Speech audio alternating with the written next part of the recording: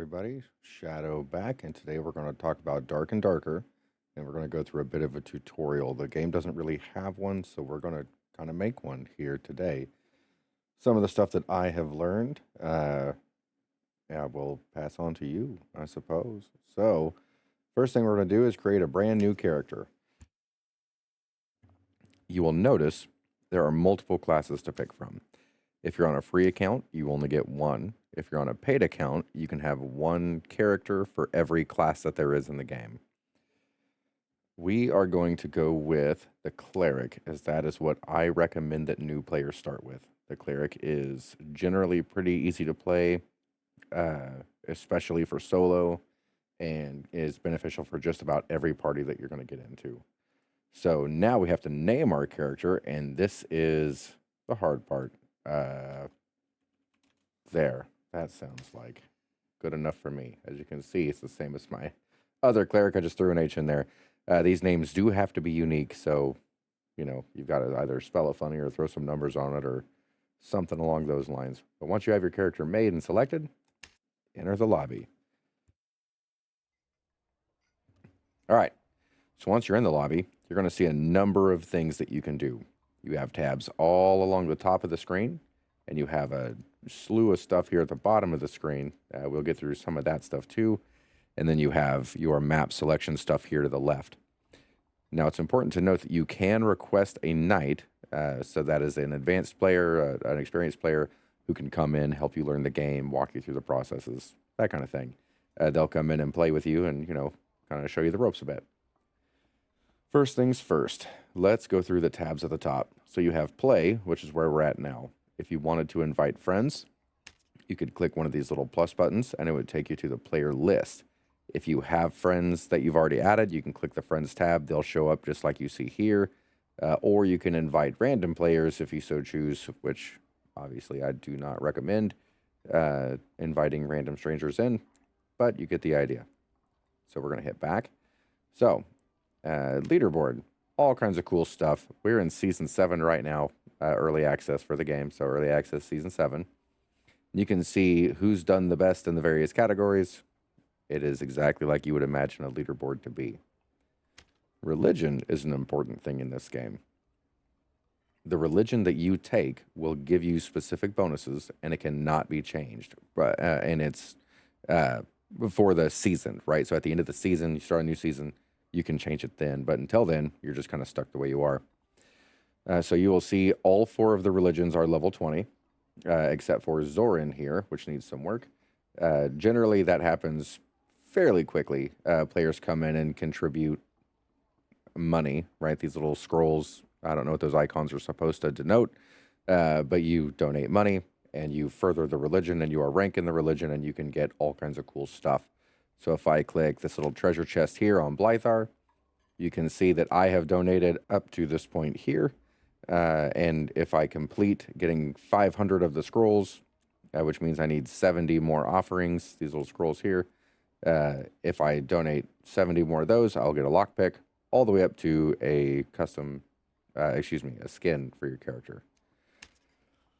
Now, if you hit this question mark here, it will show you what this religion gives you. It gives you a bit about the religion itself, right? If you want the flavor, the story there, where they're at, and what you get for being a part of the religion down here.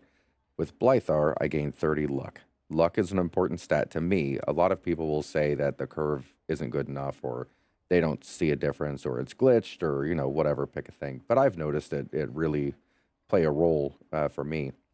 But luck determines the rarity of items that you will find in the dungeon when you play. So I go with Blythar because he gives luck, right? A base 30 luck there. If you were to want to join Solaris, you could click this question mark here, and you can see that he gives you a cooldown reduction bonus up to 5%. That's pretty good for a lot of people. If you go with Noxulon, he gives you regular interaction speed, which means you can open doors, you can open chests, all that kind of stuff faster than you normally would by 20%. And then Zoran gives magic penetration. So that is good for spellcasting classes. Of course, you pick the one that you want. Once you are in that religion, you are in that religion with all of your characters that you make this season. If I wanted to make offerings, I could click here and I could purchase the offerings to make. You will see that each one is 100 gold. And we'll say I needed 70 more to get to the 500, right? I'm at 430. So let's see if I can even afford 70 more. Nope, I cannot. But I would go up to whatever it is that I wanted to donate, and I would hit the accept button. I would make my offering there, and I can actually see how much gold I have right there. So if I was paying attention, I would know that I didn't have the 7,000 that I needed. All right, on to the next thing here. We got class.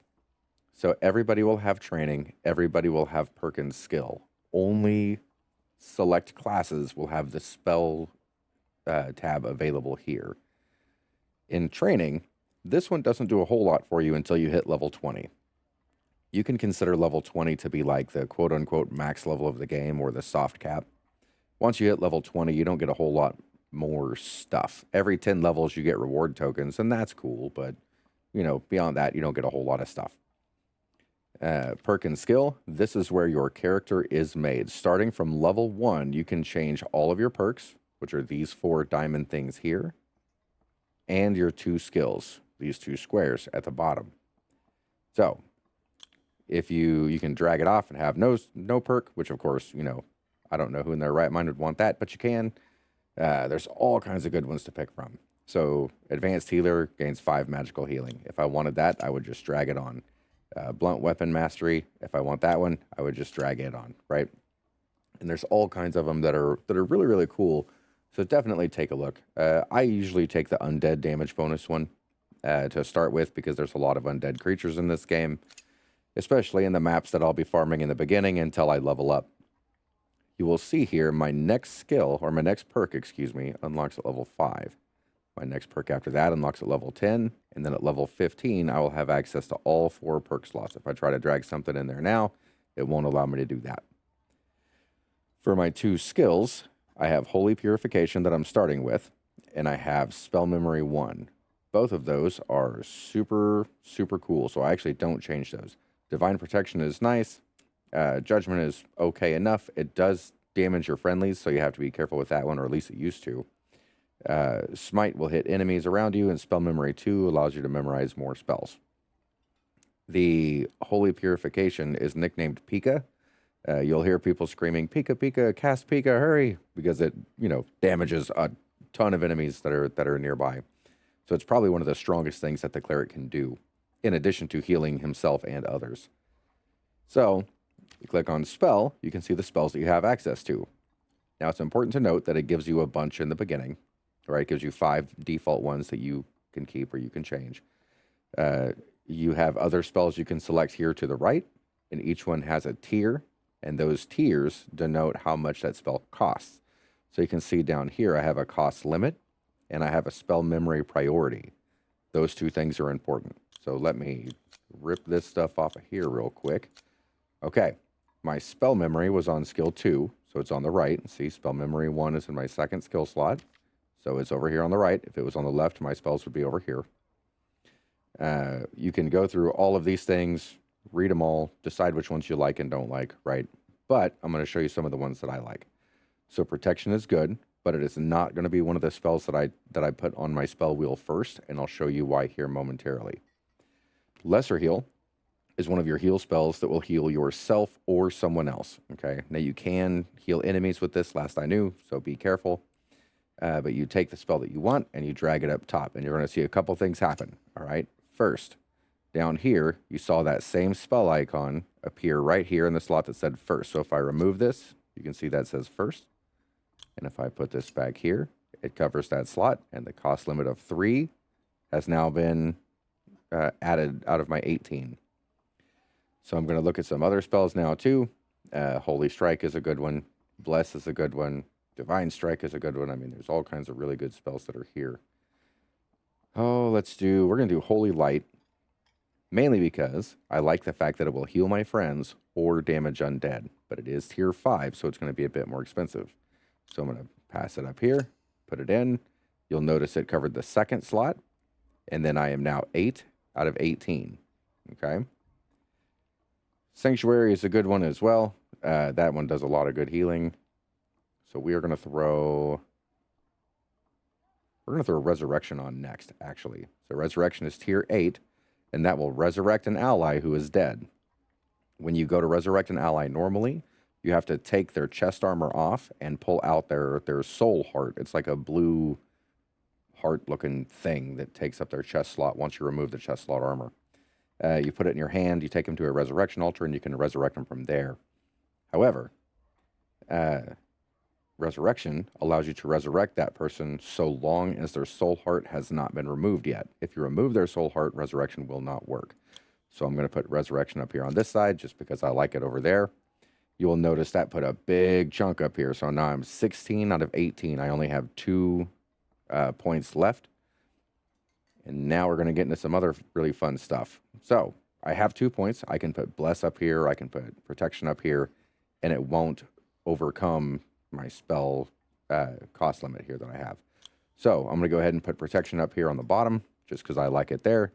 You'll see it popped in the 4th spot, and it gave me 17 out of 18. I have no more tier 1 spells. So if I put a tier 2 spell down here or anything higher, I'm going to go over my cost limit, okay? So let's go ahead and do Bless just for fun. I'm going to throw it here, and you're going to see already I am 19 out of 18 because that was tier 2, so it cost 2 points, and it took my 5th spot. Here is the thing to note about your spell memory priority and your cost limit.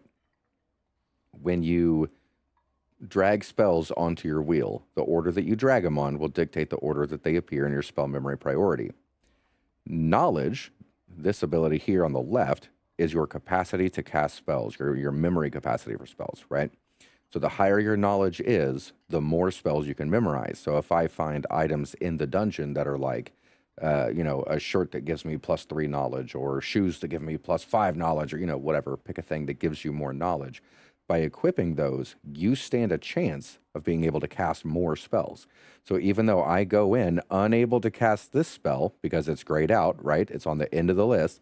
So if I go in unable to cast this spell, but I get something that raises my knowledge while I'm in there, that spell may become available to me while I'm in the game. If I take things off that have knowledge, I will then lose spells. I will lose spells that I don't have the memory cost limit to be able to cast effectively while I'm there in the match. So if I have robes on that give me +3 knowledge and I take those off, my knowledge will then drop to 21 right there on the spot, and I may lose 1 or more of my spells and be unable to cast them, okay? That's important to note while you're in there. The cool thing is you get to decide what spells go away by utilizing your spell memory priority. So if I were to go in there and take off my chest piece because I found one that I think has better stats in other areas, but I lose that knowledge, I know the next spell that I'm going to lose is going to be my Protection, okay? This spell right here. That's the next one to go away.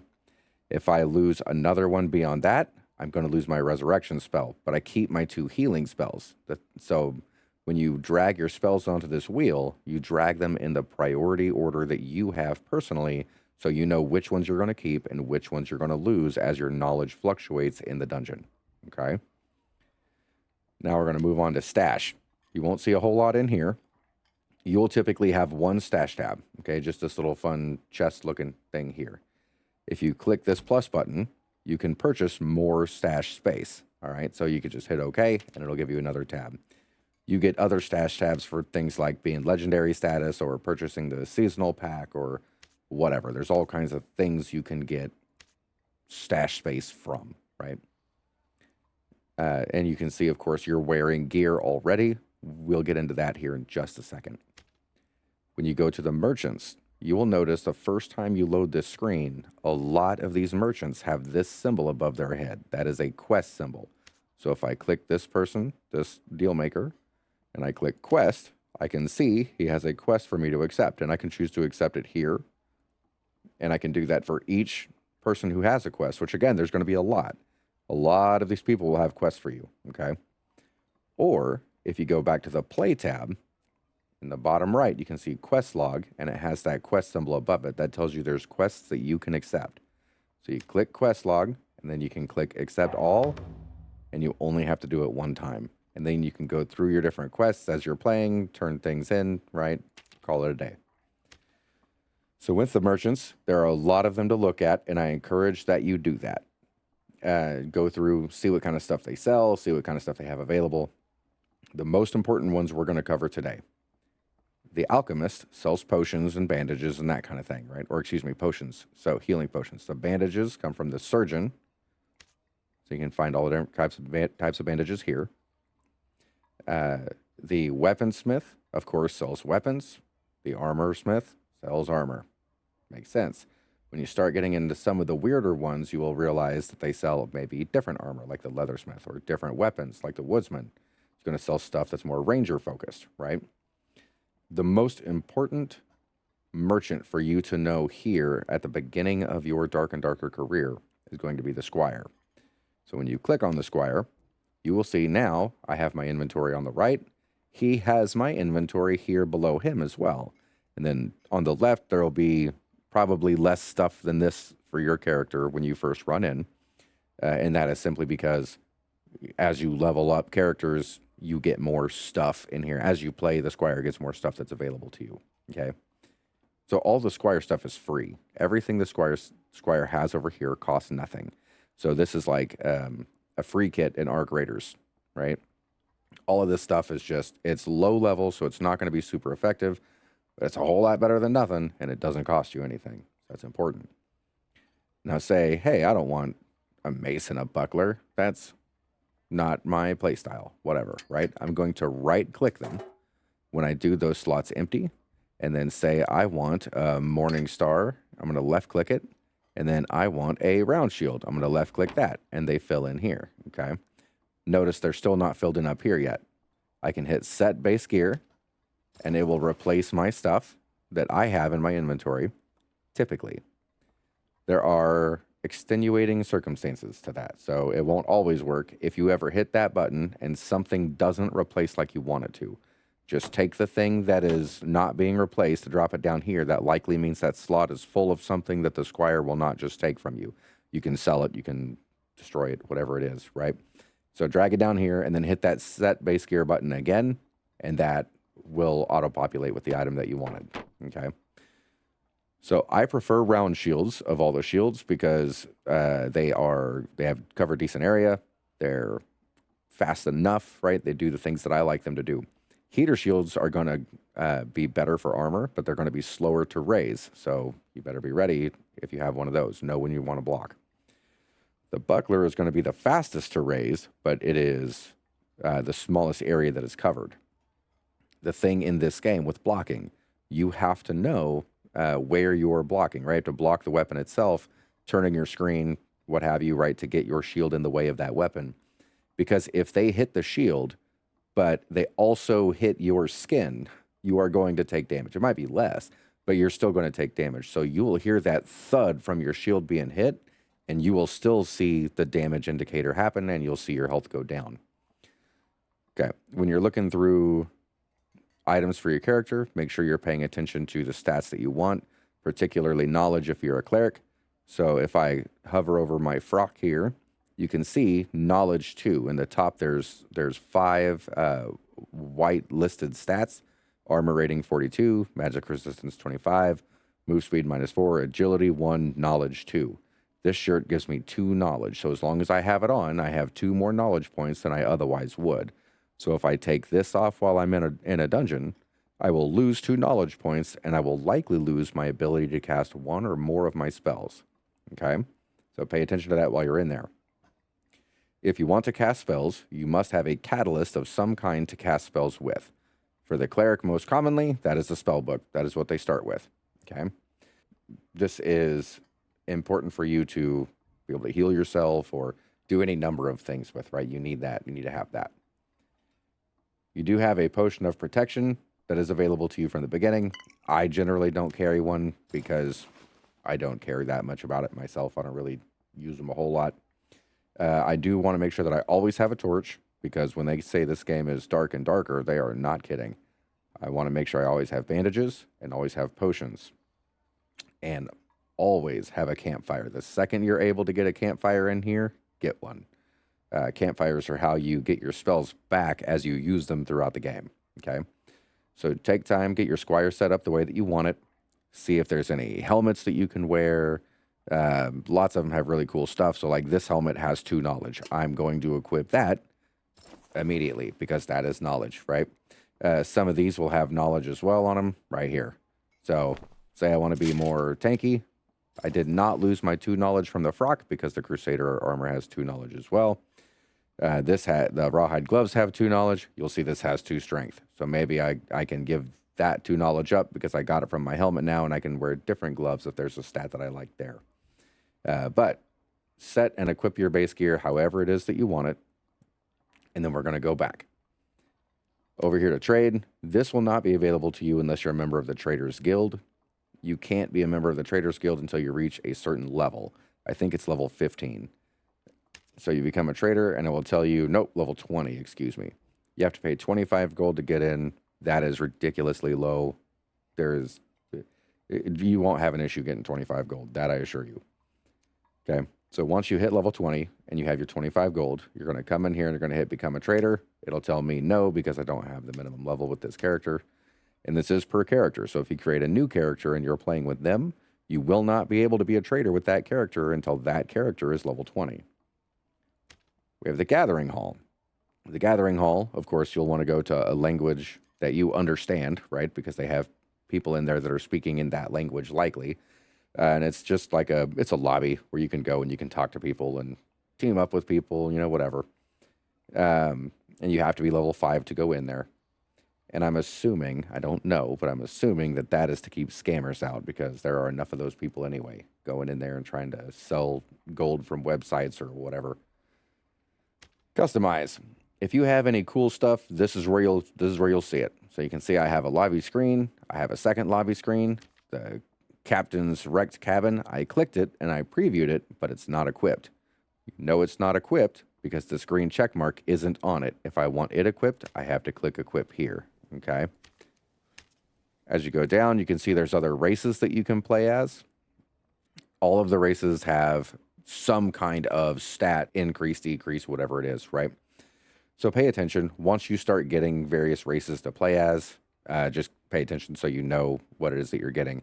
So, for instance, with my Slayer Fighter, dexterity is a huge part of that build. I like to play the Nightmare Crocodilian because it has the +4 dexterity, right? So there's all kinds of cool stuff in there. And, of course, they do have a shop, and the shop has all kinds of stuff that you can buy. Lots of stuff on sale right now. So go in, check it out. You'll see all kinds of neat things. The races here you'll see are for sale, and you might think, what the heck, I have to buy those races. Yes and no. There are some that you cannot buy with cash. You have to buy with a different kind of in-game currency, such as the Elite Skeleton. And then there are some that you cannot buy with the in-game currency. You can only buy with cash, such as the Mummy. Okay? So you'll notice there's 2 different types of currency. There's bluestone shards and redstone shards. Bluestone shards are received by playing the game. Every time you extract from a map, you fill up this little bar here, and as the bar fills up with experience, you'll get a bluestone shard. And those bluestone shards are used to purchase stuff, right? Getting 6 of them isn't super easy, but once you do, you can buy the Elite Skeleton skin, which is just kind of a flex. Everybody likes that. Redstone shards are purchased with actual money. You can use the account name change to change your account's name. That makes sense, right? So back to the races, actually. You'll notice the elf.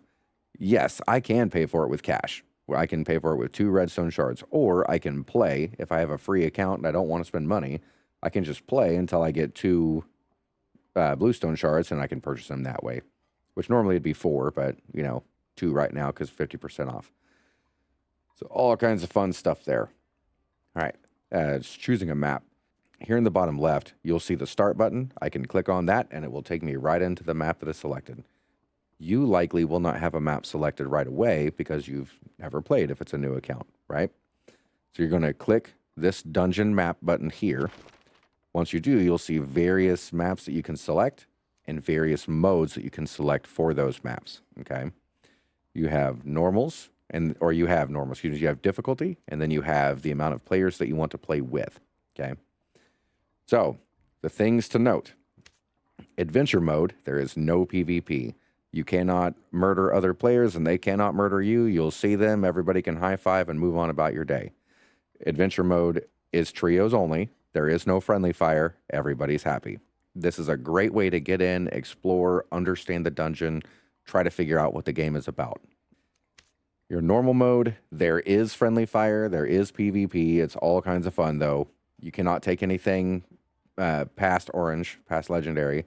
You can play in solos, duos, or trios. If I, as a solo character, go into a trios lobby and I don't fill my party, I will be facing teams of 3 that will gank me. So just know that if you seem to be getting teamed up on and you don't have a team, you might not be in a solos lobby.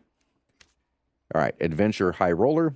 This is where you will notice stronger monsters, higher densities of monsters in the various maps. But again, no PvP. And then the Standard High Roller, which is again the same as normals, just lots of PvP is going to happen. Lots of higher density of monsters. All the stuff is going to go bad there. So you pick the mode you want. Say you want adventure mode. You're willing to go in with a party. It'll be fun. Everybody will have a great time.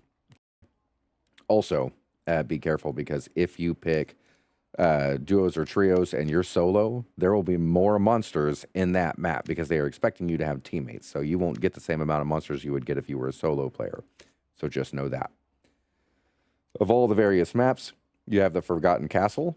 And if you notice, it has Roman numerals 1, 2, and 3 because it has 3 floors. So you can go all the way to the bottom of floor 3, beat the boss, and get out, or you can extract from floor 1 or 2. It's completely up to you. You can see the names of the floors here, the Ruins to Crypt and the Inferno. Goblin Caves has only 1 floor, 1 Roman numeral, and it's just the Goblin Caves. Frost Mountain has 2 floors, Roman numeral 1 and 2. They have the Ice Cavern and the Ice Abyss. And then the Blue Maelstrom, the newest map, has 1 floor as well, the Ship Graveyard. Okay. There's also a fun map called Squires to Riches. I recommend you try it. It's pretty cool. You go in with basically just weird random junk and then try to fight and get all the really cool stuff and get as deep into the dungeon as you can and get out with all the stuff that you found while you were in there. There's a lot of really cool stuff in Squires to Riches, and I've met some really cool people in there, so I do recommend it.